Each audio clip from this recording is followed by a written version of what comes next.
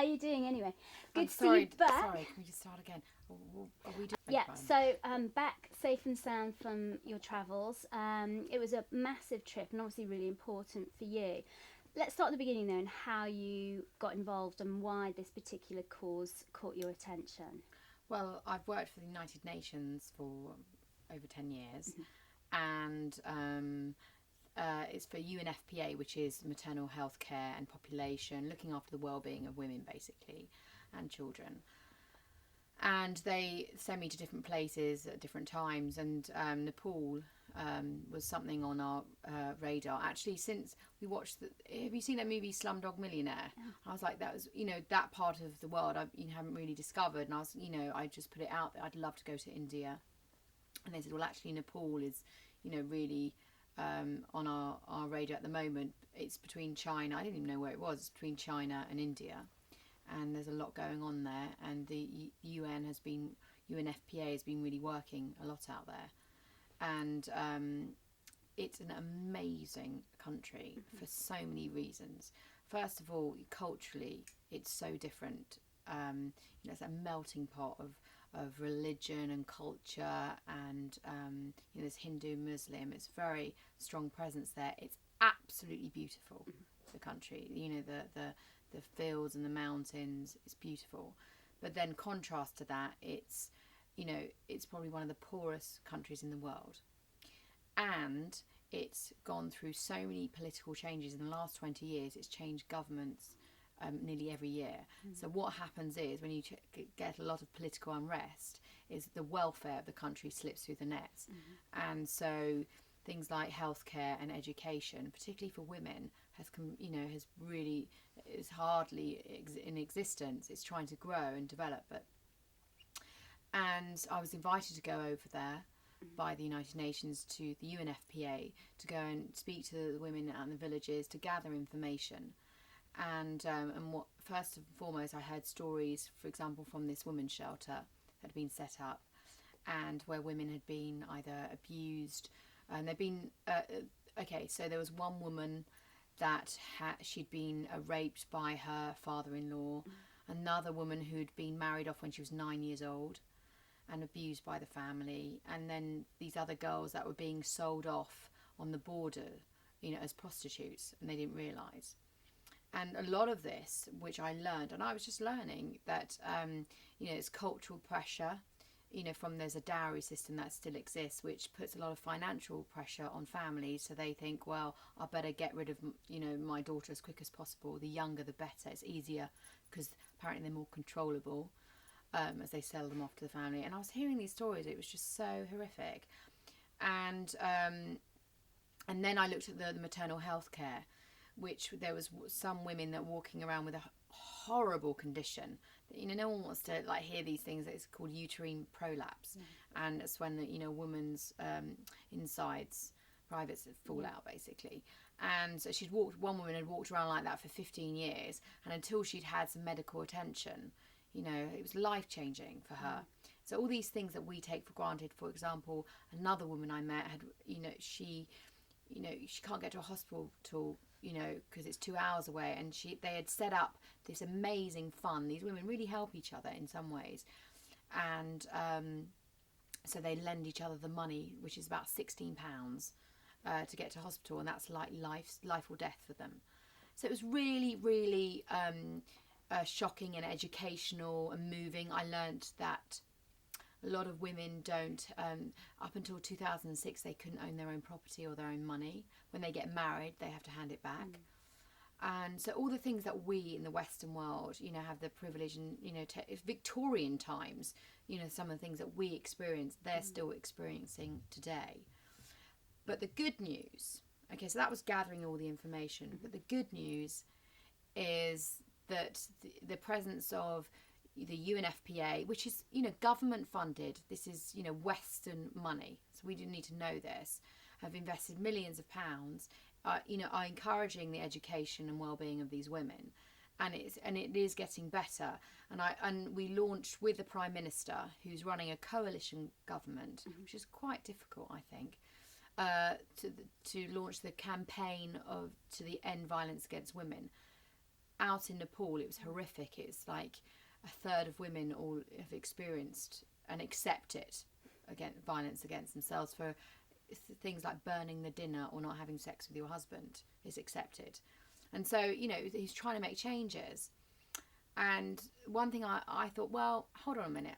We, you know, as in the Western world, are in recession. You know, how does, you know, the average taxpayer feel about, you know, funding countries like Nepal?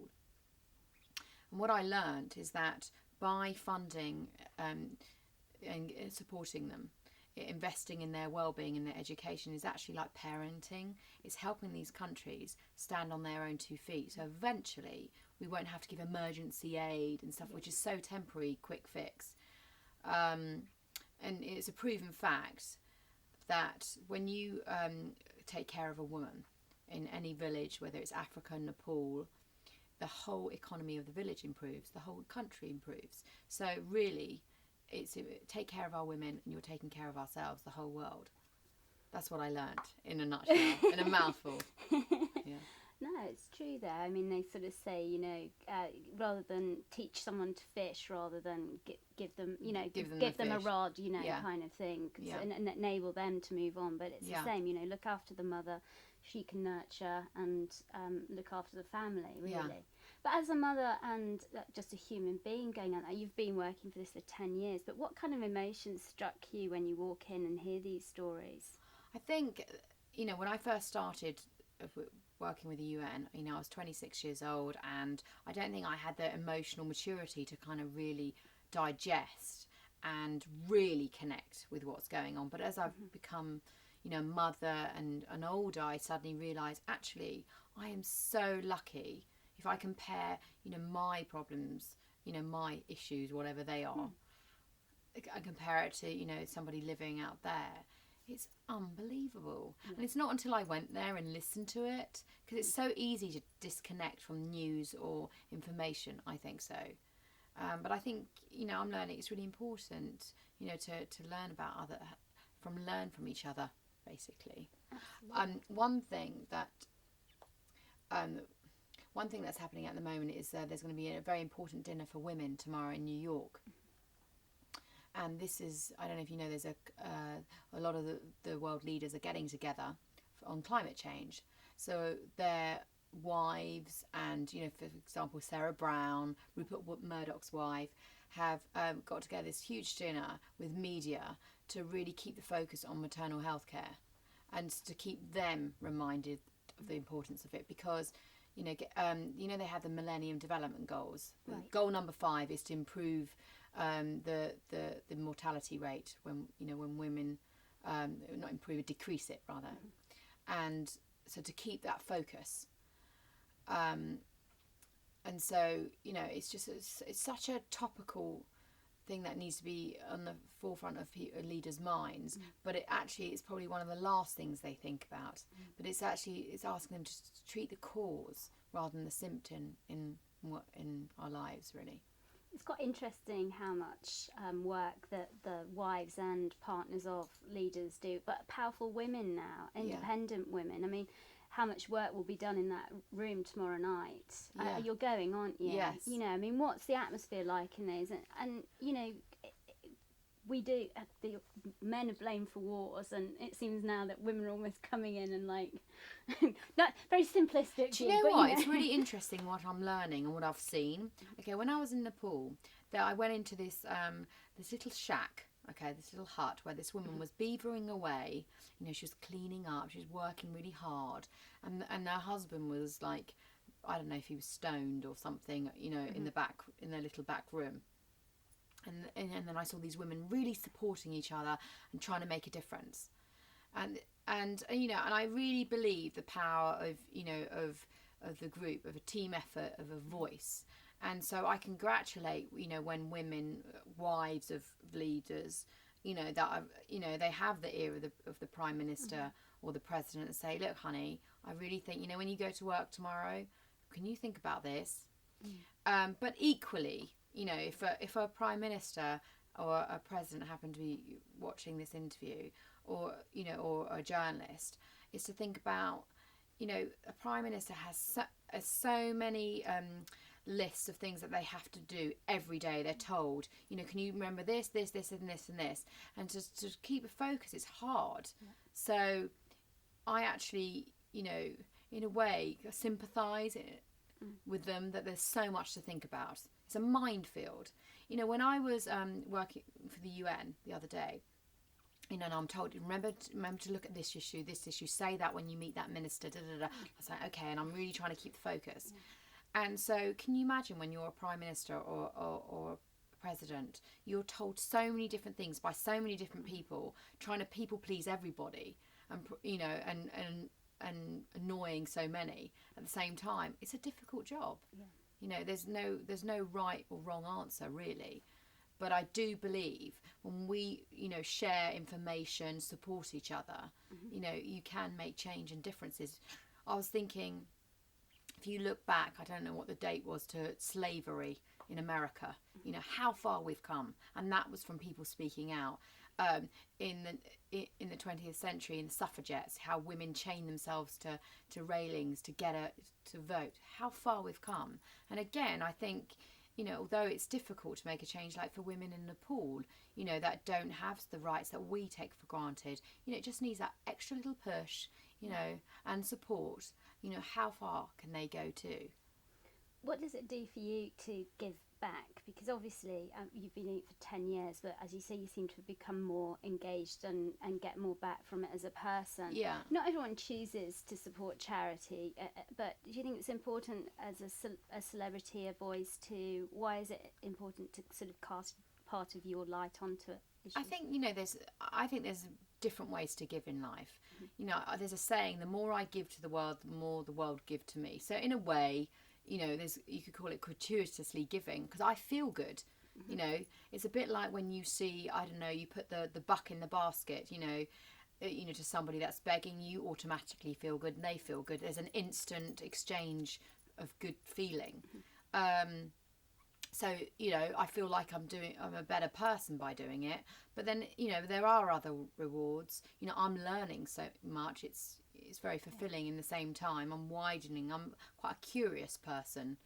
And I think that's, you know, the key to a happy life is to remain curious. And you know, I've been blessed with, you know, I had a career in the public eye for quite a long time now.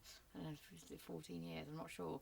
But so I think it's such a gift, and to really to treasure it and to use it wisely, and then I think it will also stay with me. You know, so it feels good that, yeah, when you're a famous person, perhaps you'll get a really nice table at a restaurant. Okay, that's really nice. But then equally, you know, you're given a mouthpiece that, I mean, people might think it's a bit shallow, or why you? But when I went to Nepal, apparently, this is what I was told, that Prime Minister felt more comfortable because there was a Western presence. I've got no political agenda. It cuts through bureaucracy. You know, so I'm just showing up, you know, with a smile and saying, hey, you know who I am. I call, you know, I only want goodwill towards you and your fellow, you know, women and men. And that's it, really. So I think people feel quite comfortable in that respect. So, you know, I'm truly grateful to be given that opportunity. Did the women out there know who you are, or some women do, but you know, I think it's not ultimately on their radar when they have to walk, you know, 2 hours. You know, no, girl power wasn't it? Or, you know, Spice Girl music. Some of them do. Actually, you know, in the Kathmandu, which is an amazing place, you know, they do know who the Spice Girls are, but it was like, okay, so you've got really, really busy traffic, and then in the middle of it, you've got a cow. Okay, just apparently they're sacred out there. So it's quite an extraordinary place. The other thing that was very interesting about Nepal is that, okay, the caste system still exists. It's a Hindu religion, which I find fascinating. I, you know, really respect and admire other people's traditions and cultures and religions. I think it's nice. But one thing that's very apparent out there is that there's still that prejudice against what caste you are. For example, if you're heavily pregnant and you've got 2 miles to get, you've got 2 hour journey to get to, you know, to a hospital, a taxi driver might not take you if you're, you know, the lower caste, the untouchable, which is extraordinary. But having said that, the Prime Minister, his caste is an untouchable, which is the lowest caste, which is great because it kind of is just like shaking off those labels. You know, culture is wonderful, but I think labels sometimes can be a little bit dangerous. But totally. I mean, you've been in the spotlight. You've had people, make probably assumptions about you when they first met you, when you had your career, and you break them down, as you say. Power comes from knowledge. Yeah, and, that's true. So if you're informed and are up, that's such a good point. Yeah, such a good point. I'm not just hair and high heels. I actually know what's going on, and once you're there. Yeah, there's nothing wrong in hair and high heels, absolutely. But you're quite right. I think knowledge is power, and it's a wonderful, liberating thing to go and empower yourself and learn about the world. You say, I've got a viewpoint on that, to know what's going on, and it puts everything in perspective, I think, as well. I've interviewed you about your music and various other things, but this, and obviously you enjoyed your books as well, writing your books, but you seem really to get more from this almost than... I think, anything, I think you grow and you change, but I like a bit of both, I can be superficial, do you know what I mean? And when I saw you, I thought, where'd you get your dress from? Do you know what I mean? I like a label, and I like a high street bargain, and I like lipstick very much, all of those things. But equally, I think it's important I like to feed my outsides and my insides. I want to feed my mind too. Do you know what I mean? I want a bit of both.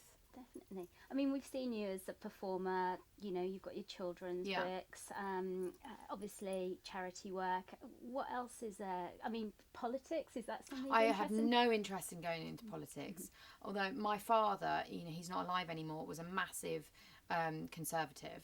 He loved politics, and he was always reading the broadsheets, and he really taught me about Margaret Thatcher, and it was very inspiring. And I do like watching politics. I think it's like a complete soap opera, and I think it's a very interesting time for politics. The funny thing is, I've been to Downing Street a few times now, and there've been different prime ministers, and I was thinking, I've been here longer than you, which is weird. It's really weird. But I really admire and respect any leader that gets into power, and they've got a job on their hands. It must be so stressful. I have no political ambition whatsoever. For me, I think, I like creating things, whether I'm very sort of I've got a big imagination, whether it's through writing, through music, producing things. I really naturally like doing that, and I like communicating with people in all areas. So, that I feel maybe it can sort of diverse into different things, so I don't know. I it's my nature really I like a few different things. I think women naturally are multitaskers as well. Yeah, I get a bit bored very easily as well. Yeah. I mean, I do. I just the one thing I think we do as well is I never think I'm doing anything well, and I never sort of self-congratulate myself. I think I could do better at that. Yeah. As I was coming down in the lift, I got slightly annoyed with somebody, and I was like, right, listen, this Monday you said to yourself, be a bit more patient, always trying to challenge myself and sort of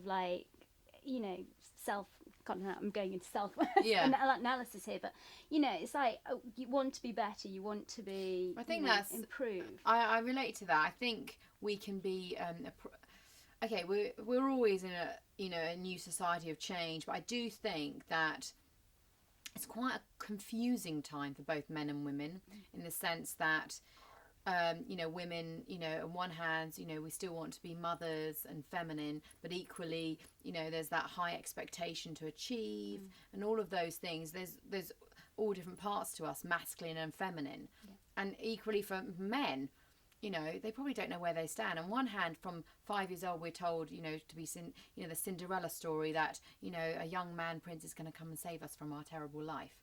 Do you know what I mean? So they think, I've got to do that. On the other hand, we're going, it's okay, I can do it myself. So it's very confusing for all of us. I'm confused. Yeah, and it's, and also exhausting sometimes I know so many women, it doesn't matter what or where or who where you're from, that, trying to split yourself in all those roles, that is a task in itself, to find that balance. I tell you what I found interesting, particularly with the economic downturn. I think a lot of women my age and my friends sort of prioritised their life more. And a lot of people got pregnant or are trying to get pregnant and focus back on relationships rather than money and superficial sort of there's all. I absolutely agree with you. There's always a positive in anything. You know, for example, recession. I completely agree. You know, it's making us remind us that, you know, money is a servant, not our God, and actually put the real principles back into our lives. That, you know, it's a wonderful thing to have, you know, to be able to afford things, but equally, you know, the fundamentals of, you know, love and family, that is the key really to the foundation of happiness, I think. Definitely. I mean, you know, they say you wake up rich, but you don't always wake up happy. You know, it's like, that's true. we're talking words of wisdom here. Like I know any. no, but it's I like have any. I don't. I just have experience. That's all. Yeah, an experience. As long as you learn from it. You know, that's true. That's it. So what's next for you, really? I do have creative things in the pipeline. They're in development. But one thing I can say, for, you know, I wrote Eugenia Lavender, those children's books, and they did incredibly well, which I was very grateful for. And I actually did write them, which I know a lot of people think, oh, celebrities don't write, but I do. I just thought I'd say that just in case. But they've been turning into animation. We're in development, and that takes ages though. It's long. And then I wrote a script, and that's in development. Oh, wow. I gave it to so I met some producers in Hollywood, so I pitched it to them. That's in development. And then I've got some other things I'm working on slowly. So kind of going into that film, producing. Yeah, I like producing. I come up with ideas and, you know, and like to see them materialise. Yeah. So we'll see. Not moving into direction or anything. Do you know, I did do a directing course this year, and it was full on. You've got to be very, very focused. And I would like that to have the opportunity to do it. The only thing is, because I'm a mother, I'm like, it's so I need to find things that allows me to, you know, still, I want to pick my child up from school and I want to hear about her day. So I'm a little bit cautious about getting completely entrenched into something. I think if you're a director, you have to be immersed 24/7. I would love to have that opportunity. So part of me is like more interested in producing and writing, you know, because it allows that freedom. I think a lot of mothers find that to try and find careers that allows, do you know what I mean, that freedom to breathe and be flexible. So, but at least if you know about directing, then when you that's producing, what I thought, it informs you. So, you know, when you're telling your director bollocks, you know, you'll go, actually, I know. I know that. It's really interesting. I did like directing the actor. Yeah. So that was really nice. I think you've got to watch. I saw it the other day, talking about people, first-time directors. Tom Ford's film, A Single Man. Is it good? It is. I was at dinner with him when he was telling me when he first started. Is it amazing? Oh, it's amazing. That man's eye is incredible. And Colin Firth, the performance, honestly. Really? I think Oscar, could be in there with the Oscar. I think it's very timely as well because of the issues in California with gay rights. And obviously, you know, it's set in the 60s when, you know, being gay, homosexual wasn't accepted and, you know, had to be kept, you know, suppressed. And I think the tone of it also would be really, I'm such a big movie fan. Go. Amazing. Anyway, sorry, we could talk all day, and I'd love for you to come back and talk more about when the animation's completed. Yeah, that'll be a while. Yeah, I'll see you in about 2 years. But whatever's going on, please keep in touch because I love catching up with you. Thank you for your time. I appreciate it. Oh, honestly, A Single Man is incredible. Really? It's beautiful. I mean, it's such is it more of like a left field film?